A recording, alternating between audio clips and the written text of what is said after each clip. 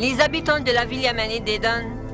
se sont rendus compte aujourd'hui de nouveaux complots du régime d'Al-Hamadein, planifiés et gérés avec la machine perverse iranienne afin d'éliminer toute chance de parvenir à la paix dans ce pays. La deuxième attaque a eu pour cible le bras des mollahs iraniens, une station de sécurité à l'ouest d'Aden, équipée d'un missile balistique au moyen portée de plus de 50 personnes ont été tuées et plus de dizaines d'autres blessés, dont le brigadier général Munir Yafir,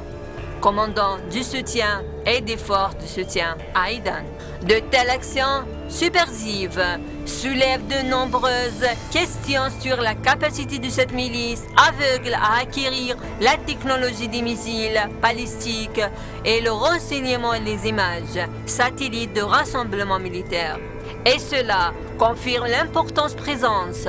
iranienne à l'intérieur du Yémen. Aider la milice Al-Houthi et semer le chaos dans le péninsule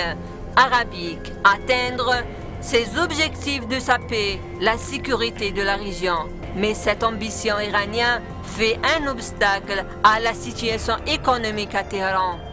en particulier sur les récentes sanctions américaines. Et voici que Téhéran trouve sa cause dans le régime d'Al-Hamadein, dont l'émir perd de l'argent du Qatar pour acheter des milices,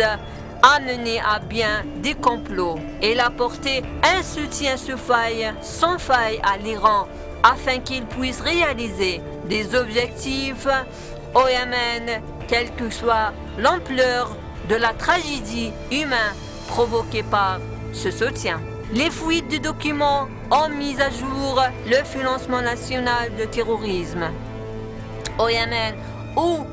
les Houthis ont reçu des milliards de dollars sous prétexte de les payer à titre de compensation aux familles des morts.